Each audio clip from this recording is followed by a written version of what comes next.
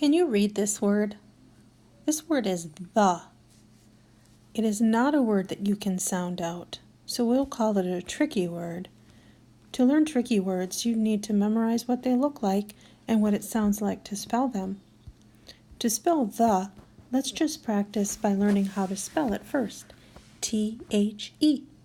T-H-E spells the. The. The.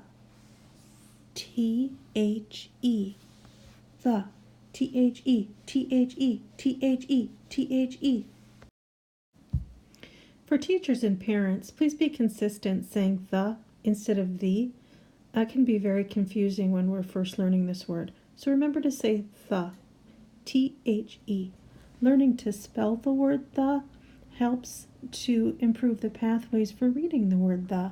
So practice reading and spelling. T-H-E, T-H-E, T-H-E, T-H-E, T-H-E spells the.